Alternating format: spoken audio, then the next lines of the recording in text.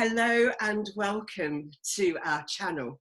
I am so excited today to have Zoe here, and she's brought along her sister, Vikki, and I've had a great chat with this too before we've gone on air.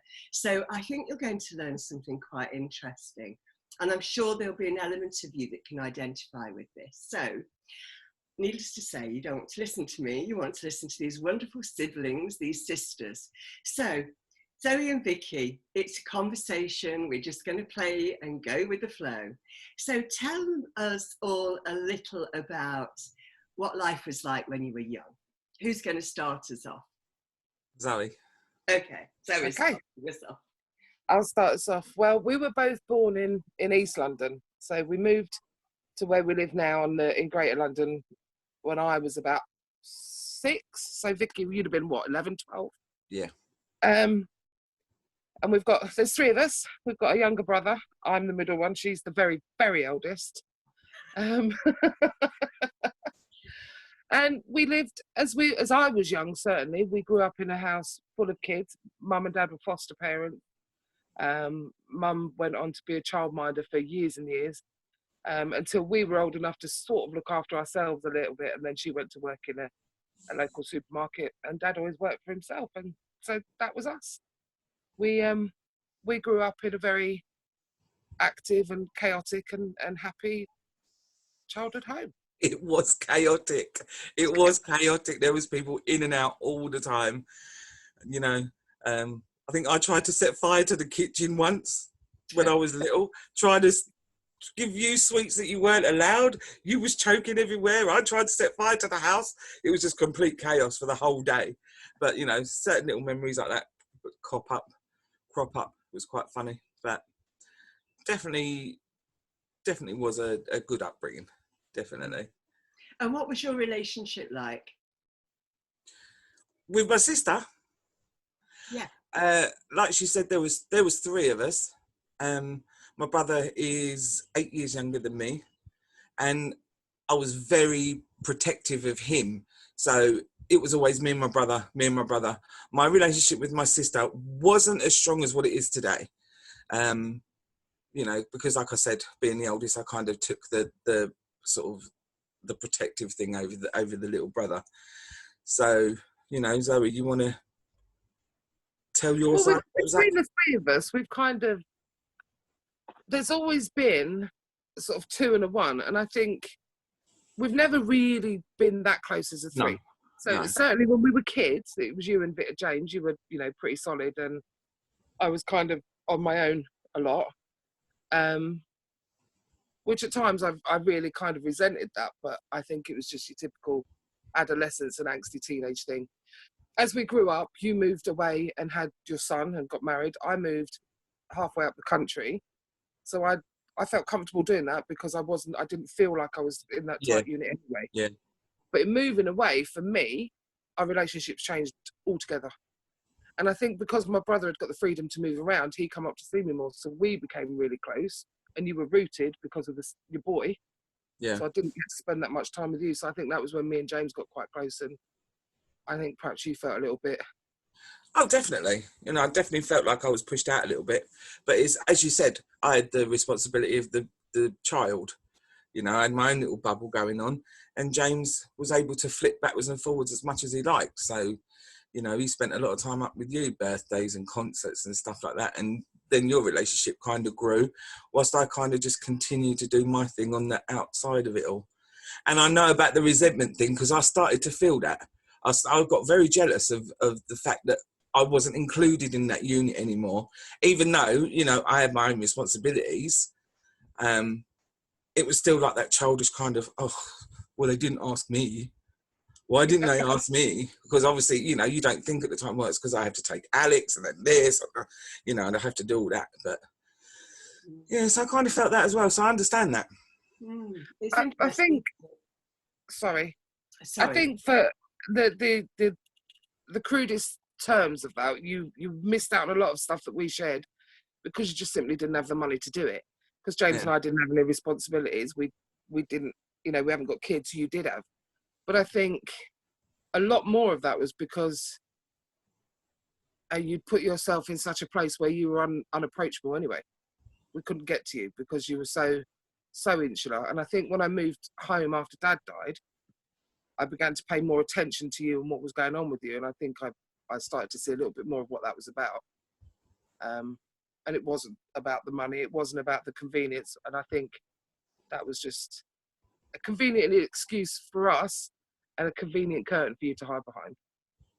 I think it was more than that. That's interesting. So obviously, Vikki, you told the story of Dad's death, and you were there, Vikki, almost straight away while Zoe was driving down the motorway. Yeah. So do you want to just tell your side of the story, Vikki, for what happened when Dad died for you? Well, I got that phone call that morning. I was totally unaware that Dad was poorly. Got the phone call, you need to get to the hospital. It was my brother, you need to get to the hospital. I've got a car coming, it's coming to pick you up, blah, blah, blah. I was like, oh, right, why? You know, my morning was already jam-packed, already trying to get the boys set and everything. We got to the hospital, had no idea what I was walking into. When I walked into the hospital, I was greeted by my mum, my brother, and they were all in this little room, and I walked in there, and it was waiting. My mum had told me that Dad was quite poorly the night before. She brought him in, you know, yada, yada, yada. I mean, we didn't actually know then. And then this doctor and nurse walked in, and I was sat in between my uncle and my mum. This doctor and nurse walked in, and my uncle put his hand on my leg and squeezed it. And I looked at him, and I knew before the doctor and nurse had said anything. So they said what they had to say. They said that Dad had passed away, and my initial reaction was to bolt. I got straight up and run out of that room, run outside, because I couldn't breathe. So after that, we came back in. We was told that we could go and see him, which I did. He was still, I think he was still on the ward, wasn't he, Zoe? But he was curtained off. Yeah. So I went in behind the curtain. I remember looking at him, and I just looked at him as if to say, thanks. Why did you do that? And then it kind of got me. I come outside, burst into tears. My brother actually had to hold me up because I was going to hit the floor.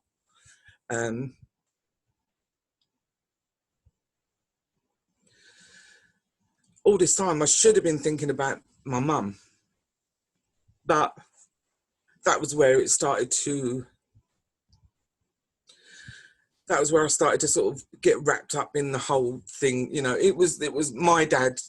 No one else's. He was all my dad, blah, blah, blah, you know, and that was my bubble, and that was where I shut it off. Excuse me. I still struggle talking about it sometimes. But yeah, so after that, things got progressively worse. I started drinking.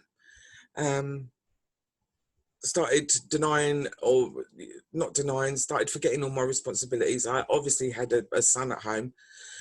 He picked up the pieces at home. He was absolutely a godsend. I don't have much by the way of memories of what had occurred, because a lot of it was a blur, because I spent a lot of time with it drunk. I don't drink now, by the way, just so you know, I kind of kicked that. But no, he picked up the pieces, and he was marvellous.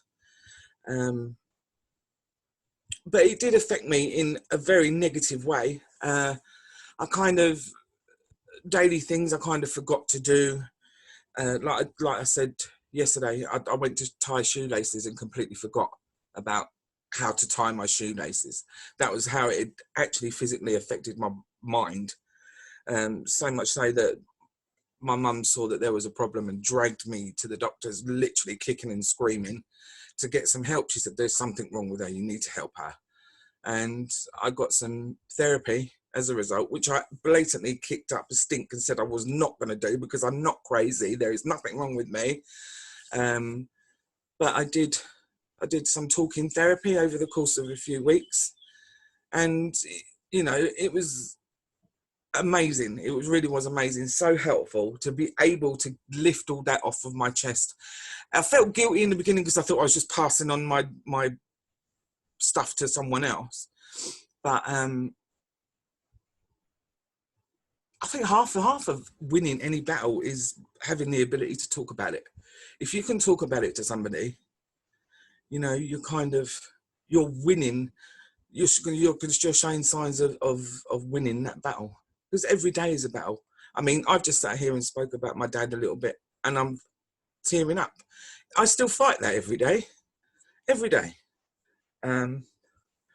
But certain tools that was taught to me through the talking therapies and everything, learning to breathe, learning to try and focus your mind, has really helped. Daily I can do that. Lock myself away and just give myself a little bit of me time to recenter myself, and everything's fine, and you can get through the day.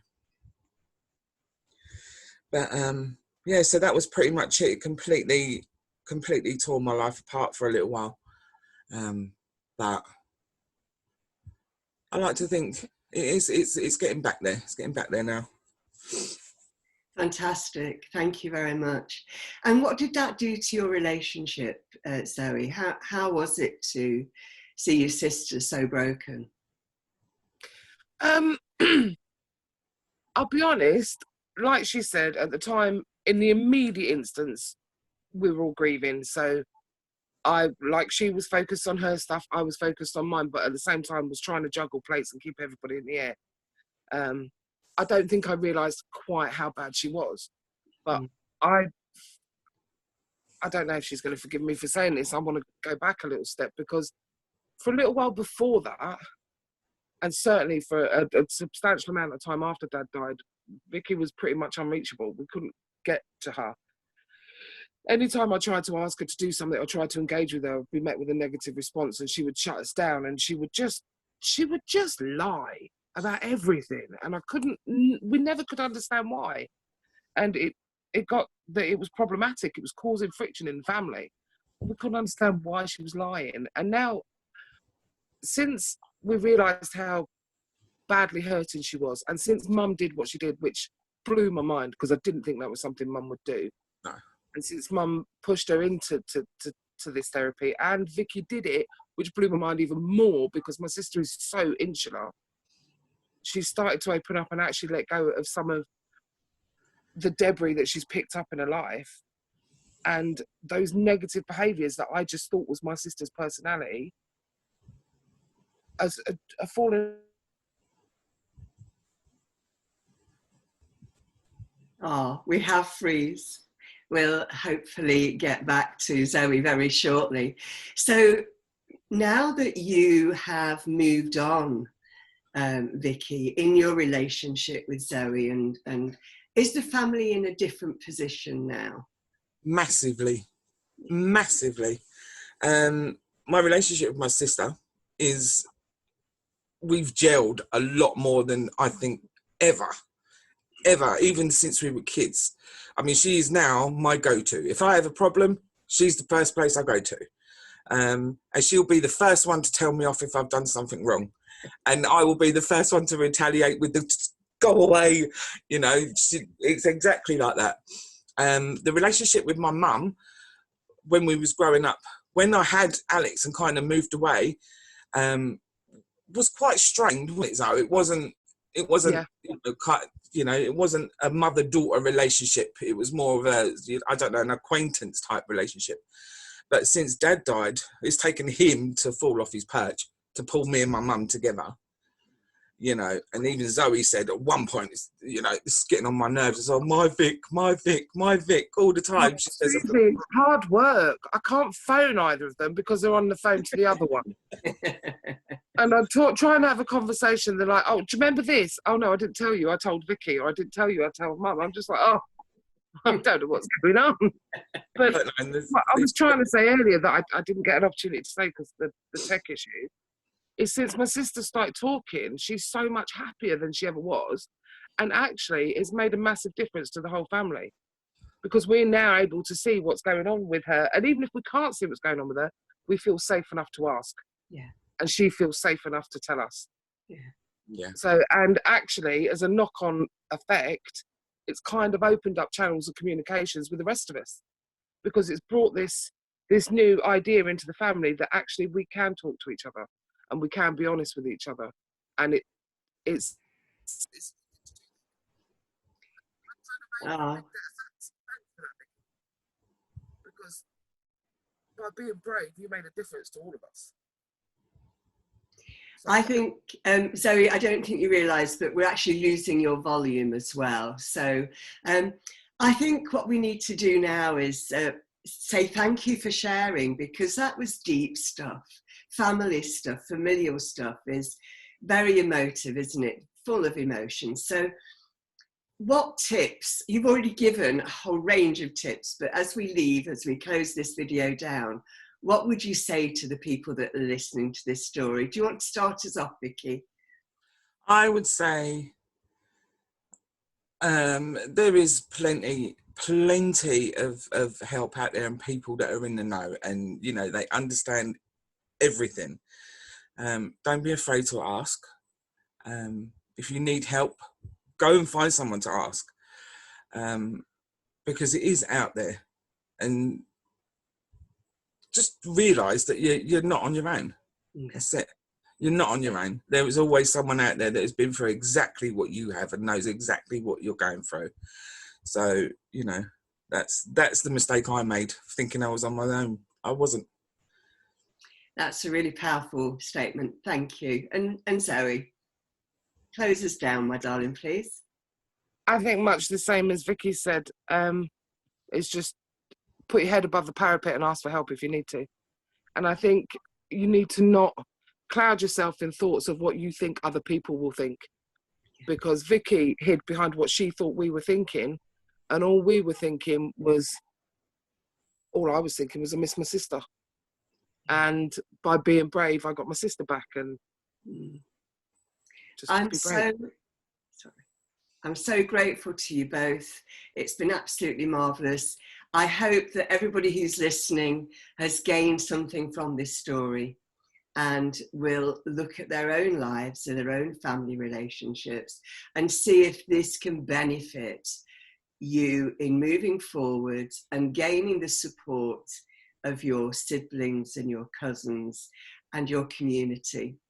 Thank you very much for joining us, and see you on the other side. Bye. Bye.